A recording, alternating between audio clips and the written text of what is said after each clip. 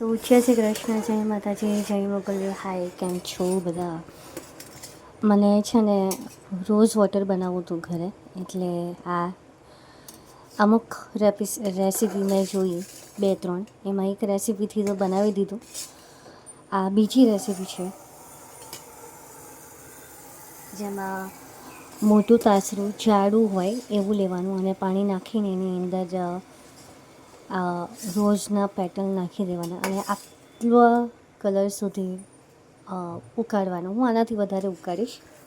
અને આ રિયાલિટી, આ જુઓ ને આ જુઓ, બહુ અલગ છે. હું પાણીનો કલર જો બતાવાતું હોય તો તમને બતાવું. બહુ સરસ કલર આવી ગયો છે પાણીનો, મને લાગે ત્યાં સુધી. આ પદ્ધતિથી બનાવશો તો ઘરમાં જ તમને કોઈ પણ એસન્સ વગરનું ગુલાબજળ મળી જશે. બહાર કરતાં તો સારું જ છે. આપણને સુગંધથી મતલબ નથી, એના ગુણથી મતલબ રાખજો. બહાર તો એસન્સવાળું હોય, લોકો ઓર્ગેનિક કહેતા હોય, પણ હવે વિશ્વાસ કશે થાય એવો નથી. અને આનું હું તમને રોઝનું જે પાવડર આવે છે ને, એ બનાવવાની મારી ખૂબ ઈચ્છા છે. જો બની શકશે તો હું અપડેટ આપતી રહીશ. વિડીયો ગમે તો લાઈક, શેર, સબસ્ક્રાઈબ ચોક્કસથી કરજો. નવા વર્ષના આપ સર્વેને રામ રામ રામ. બધાને ભગવાન તંદુરસ્તી આપે ને ખૂબ તમે લોકો પ્રગતિ કરો. હવે આ જે થિકનેસ છે એની પાંદડાની કે એની, તો ધારો તો અત્યારે તમે આમાં સ્ટોપ કરી શકો છો, પણ મારી હજુ એવી ઈચ્છા છે કે હું હજુ થોડું ઉકાળું. તો જોઈએ હજુ કેટલું થઈ શકે છે. આશરે 10થી 15 મિનિટ મેં ચલાવ્યું, ત્યારબાદ સખાજીને આગલા રૂમમાં સુગંધ આવી છે. એવું બહુ આશા નહીં રાખવાની કે રોઝ વોટર બનાવી રહ્યા છે તો ઘરમાં સુગંધ થાય. હવે બિકોઝ એ તો હવે એસન્સ હોય છે એટલે જ સુગંધ આવતી હોય છે. નોર્મલી કોઈ જ એટલી સુગંધ નથી આવતી. હવે અમારા ગુલાબનો પ્રોબ્લેમ છે કે ખરેખર આ જ હોય છે અસલી પદ્ધતિ, એ નથી ખબર.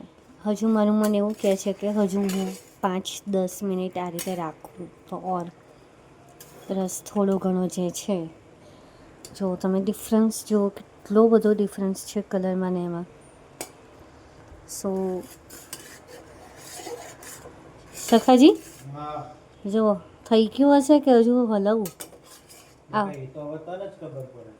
આવો તો ખરા. સ્મેલ તો ભલે ને આવતી, સ્મેલ તો હમણાં આવી, 10-15 મિનિટ પછી આવવાની ચાલુ થયું. સોરી.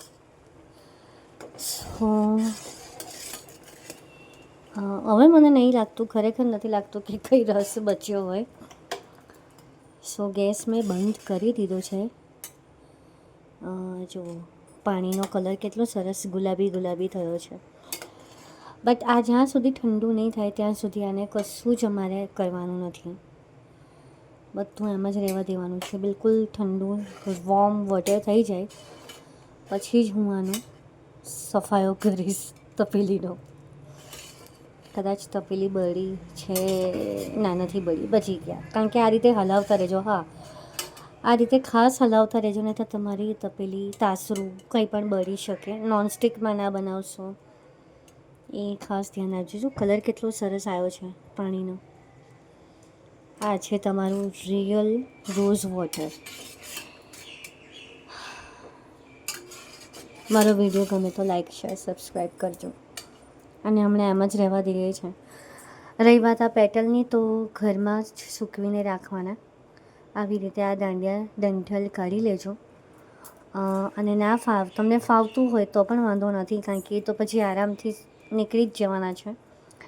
સવારે સૂરજના તડકે અને રાત્રે પછી એને ઘરમાં આ રીતે સૂકવ્યા દેજો. વાર લાગશે, પણ ઓરિજિનલ તમારા પાસે એક રોઝનો પાવડર આવી જશે. મને આ જોવાનું બહુ જ મન થાય છે. સો કેવું લાગ્યું તમને એ ખાસ જણાવજો.